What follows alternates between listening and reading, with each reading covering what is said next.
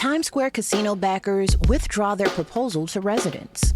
Leaders at Central Park call on officials to ban horse-drawn carriages. A judge orders ICE to meet living standards at its immigration holding areas. And New Jersey beachgoers weigh in on the governor's race.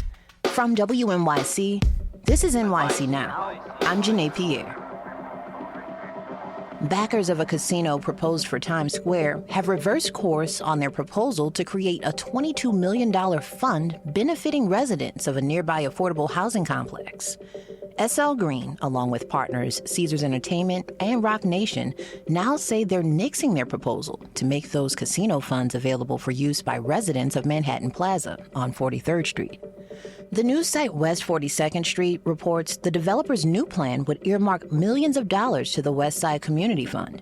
That's a charity which, for years, has aided neighborhood groups. The Times Square proposal is among several vying for a downstate casino license. The Central Park Conservancy says it's time to ban horse-drawn carriages, a first for the group that manages the park. WNYC's Julia Hayward has more.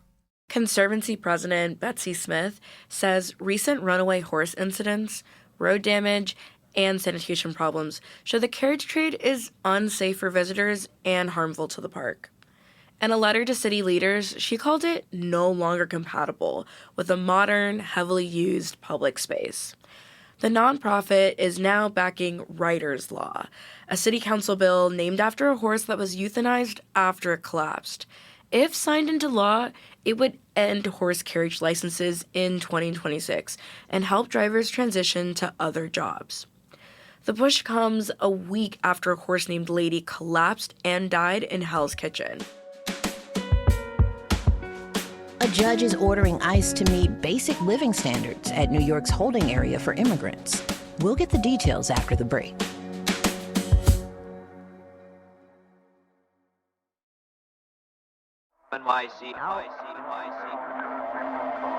A federal judge has ordered Immigration and Customs Enforcement to improve conditions at their hold rooms in downtown Manhattan. That's where migrants are detained before being transferred to other, more permanent detention centers. The lawsuit, brought by Make the Road New York, the ACLU, and some other groups, described overcrowded, unsanitary, and unsafe conditions for people detained there, sometimes for days at a time. It's the latest development in an ongoing national debate over how ICE treats people in short-term custody. WNYC's immigration reporter, Aria Sundaram, has been reporting on the case. So, Aria, what exactly did the judge order ICE to do here? So on Tuesday, the district judge, Lewis Kaplan, issued a temporary restraining order for ICE to meet basic living standards at 26 Federal Plaza, which is where they have about 4 holding rooms for migrants. And that includes providing sleeping mats, toiletries, and hygiene products, allowing people to ask for additional meals, granting them regular calls with attorneys. And also fewer people will be allowed in these holding rooms, only about 35 people spread out across the 4 rooms.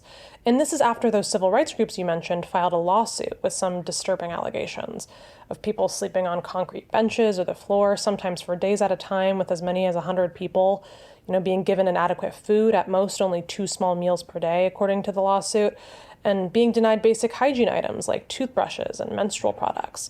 And these are exactly the concerns I heard when talking to migrants for a story I did a few weeks ago that was actually referenced in the lawsuit. Okay, so what does ICE have to say about this lawsuit? Well, in court on Tuesday, there were government lawyers who actually agreed that some of the allegations were true, that people detained at 26 Federal Plaza are only given 2 meals per day. That's even though ICE rules require them to receive a meal every 6 hours. But overall, ICE is otherwise denying the allegations. ICE leadership claims that the facility is not overcrowded, that people receive necessary hygiene products, and the Department of Homeland Security Assistant Secretary Tricia McLaughlin said in a statement that this order and this lawsuit are driven by what she said was a complete fiction about 26 Federal Plaza. And she said any claim of subprime conditions at ICE facilities are categorically false. She also said that the government plans to appeal the order. All right, Aria, so what happens next? Could this lead to more permanent changes at the facility? So this order is in effect for the next 2 weeks, at least until there's another hearing in the case. Advocates say that this is an important first step, making sure that the facility meets basic conditions of decency and sanitary obligations. But there are still some outstanding concerns about the facility. For example, Congress members are still being denied access to the facility to conduct an oversight visit that they say that they are legally allowed to conduct. And 12 members of Congress actually sued the Trump administration to gain access to the facility. That case is still pending. And some lawmakers, like Nydia Velázquez, say the facility should be shut down entirely. And Aria, we should note that this is actually a national issue. This isn't just happening in New York, right? Exactly. Similar concerns have popped up about ICE holding rooms in other cities across the country, like Los Angeles and Baltimore. But an immigration expert I know says that this ruling, is the first major ruling ever requiring remediation of conditions at ICE holding rooms in the country. That's WNYC's Aria Sundaram. It's August, and in New Jersey, everyone's at the beach. No one's thinking about the state's major election for its next governor until at least Labor Day. Or are they? WNYC's Mike Hayes went down to the Jersey Shore to see how voters are feeling. Summer is the time for sunscreen and funnel cakes, not a reporter in swim trunks asking questions about politics. Juan Milan is from Moorestown. I found him on the beach in Asbury Park. I'm asking people about the New Jersey governor's race. Are you following the race at all? Not really, no. I'm just hanging out here at the beach, not trying to really think about all that stuff. This is harder than I thought. Voters might want to just soak up the sun now, but in less than 90 days, they'll face an election that political experts say will have an unusual outcome no matter who claims victory. That's because New Jerseyans typically vote out the party in power after 2 terms. But Democratic nominee Mikey Sherrill has led the polls so far.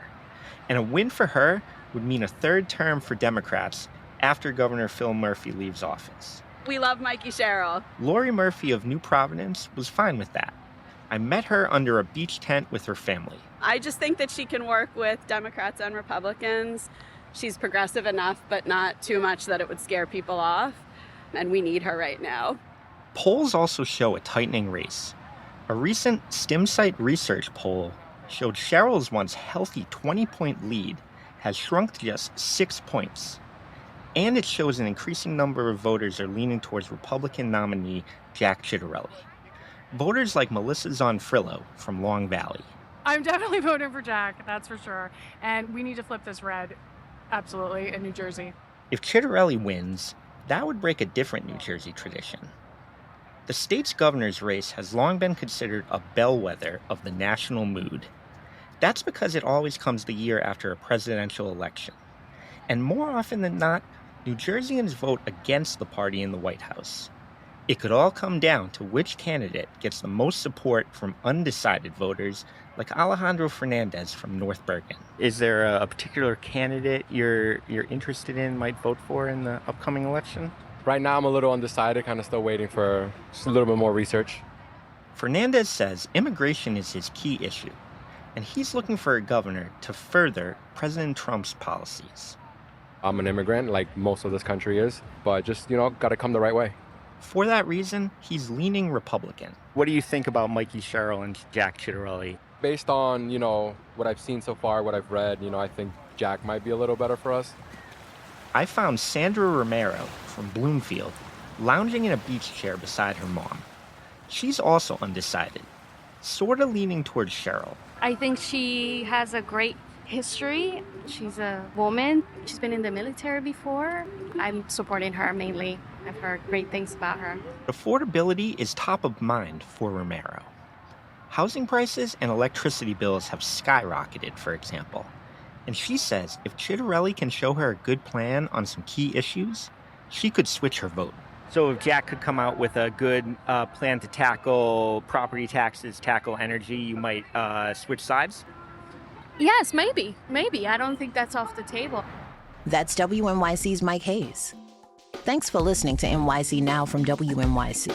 I'm Janae Pierre. We'll be back tomorrow.